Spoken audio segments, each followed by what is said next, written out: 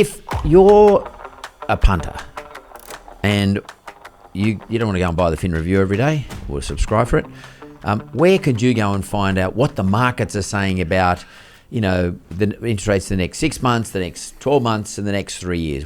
How do you get your hands on that information on a daily basis? Those markets are traded every day in the futures Every market. minute of the day. Every minute of the day, correct. Yeah. And overnight. Totally. You trade them overnight. If you go to the ASX, the Australian Securities Commission website, asx.com.au, there's a subset under that called derivatives, and it's futures pricing. It's future interest rates that are priced for March, June, September, December, for the next several years.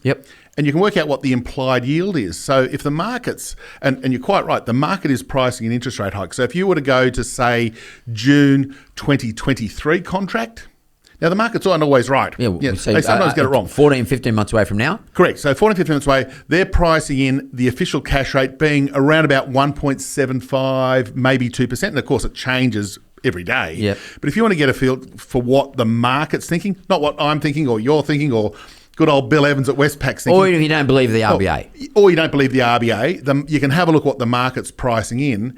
Markets are considered to be perfect.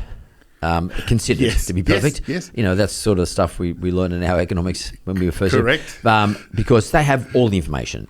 And that information is, especially these days, and that information is going through, machine learning processes and spitting out a number, and there's a bid offer, and then they meet in the middle, who's buying the bank bills, who's selling the bank bills, and they meet in the middle and they get an agreed price on 90-day bank bills, 180-day bank bills, etc., and yields further out as well. But the Reserve Bank says, no, we're in control.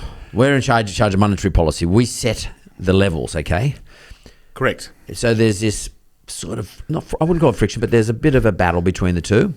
And of course, when the Reserve Bank's got some political process involved in that, they don't want to spook markets. Markets are truthful or allegedly truthful based on the facts that are put before them and the weight they put on the facts.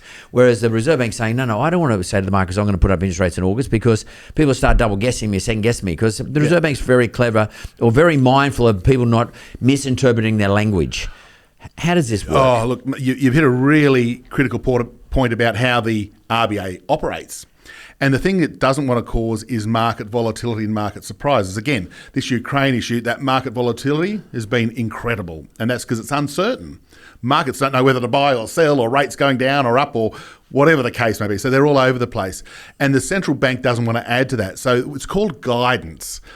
That's why Governor Lowe puts out a statement every month with the official interest rate decision.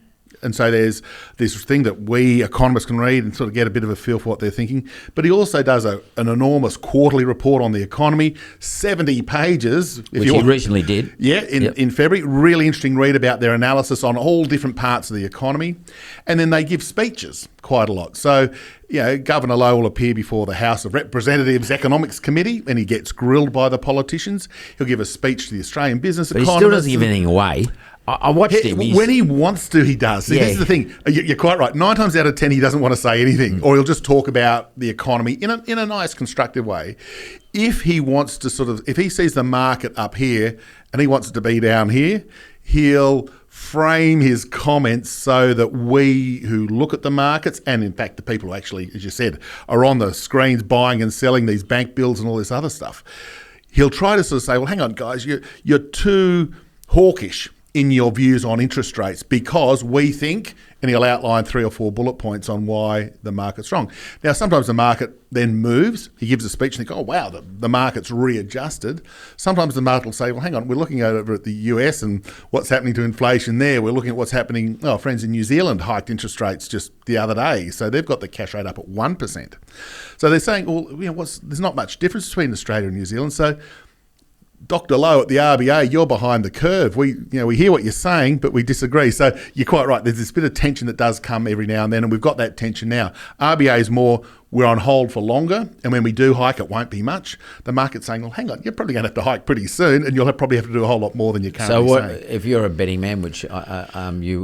in an economic sense, so where do you reckon the money markets are right? We're going to go. He's going to put them up in August, or you reckon it's going to be or it's going to be something early next year? I still think there's the case for a couple of small hikes during the course of 2022. Yep. I think it's what we discussed in our last conversation, that by the time we get to June, July, August, we will have that information that wages and inflation are a little high. I think they're a little bit too low on their forecasts for both wages and inflation. And then by the time we get to November, December, they'll do another one. So again, we're talking from a starting position. This is the other thing that's important for rate hikes that we're talking about. The official cash rate is 0.1%. Yep. It's unbelievably low. No one thought that would ever happen. So what we're talking when we're saying rate hikes by the end of 2022, it's not anything to think, oh my goodness, we're going to get draconian rate hikes.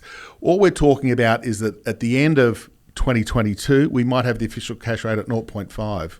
Maybe 0.75. If the market is sort of like very hawkish and it's more correct. So you're talking, 65 basis points or 45 basis points of interest rate hikes. So not that you want to see that as a borrower, but it ain't going to deter you. If you've got a good income, you've got a secure job, you found the dream house, you're still going to do it.